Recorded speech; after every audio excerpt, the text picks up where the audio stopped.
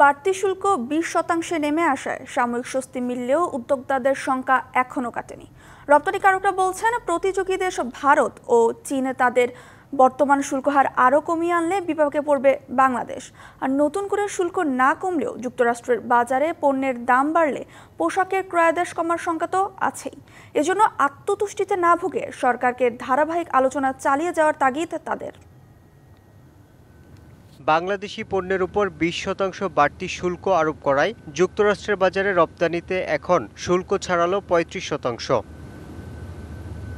প্রতিযোগী দেশগুলোর তুলনায় এ শুল্ক হার কাছাকাছি হওয়ায় অনেকে স্বস্তি প্রকাশ করলেও নিশ্চিন্ত হতে পারছেন না মার্কিন বাজারে পোশাক রপ্তানিকারকরা। আমরা কিছুটা হলেও স্বস্তির নিঃশ্বাস ফেলছি, কিন্তু এখানে আত্মতুষ্টির কোনো আমাদের সুযোগ নাই। এই কারণে চীনের সাথে আমেরিকা যে একেবারে সমঝোতা করবে না, এটি কিন্তু এখনো বলা যাচ্ছে না। কাজেই তাদের যদি 30% থেকে 20% চলে আসে, তাহলে কিন্তু আমরা একটি চাপের মুখে পড়ব।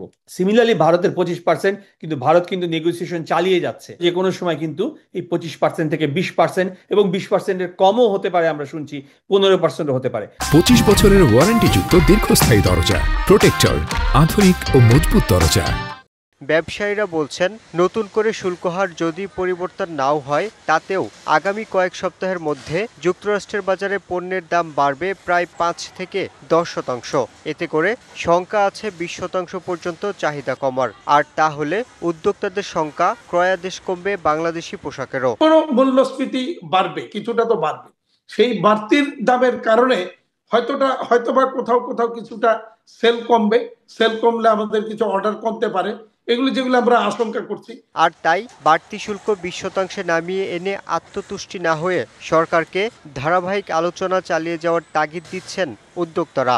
সেই সঙ্গে দাবি, বন্দর, জ্বালানি ও রাজস্ব বিভাগ সহ অভ্যন্তরীণ সব বাধা দূর করার উদ্যোগ নিক সরকার। ইন্টারনাল যে ফ্যাক্টরগুলো আছে, জ্বালানি, গ্যাস, বিদ্যুৎ, ব্যাংকিং খরচ, আমাদের লজিস্টিক ইনফ্রাস্ট্রাকচার, এগুলো তো আমাদেরকে আসলে শক্ত হতে হবে। প্রোডাক্টিভিটি থেকে শুরু করে সব ক্ষেত্রে এমন ভাবে আমাদেরকে আগাতে হবে যেখানে আমরা অন্যদের ক্ষেত্রে এই জায়গাটাতে যাতে আমরা পিছিয়ে না পড়ি। শিল্প উদ্যোক্তারা বলছেন, যুক্তরাষ্ট্রের বাজারে টিকে থাকতে দ্রুত রপ্তানি পণ্যে বৈচিত্র্য আনা দরকার। আর এর জন্য গবেষণা ও উদ্ভাবনে সরাসরি সরকারি সহায়তা চান তারা। Yusuf Rana, DBC news, Dhaka.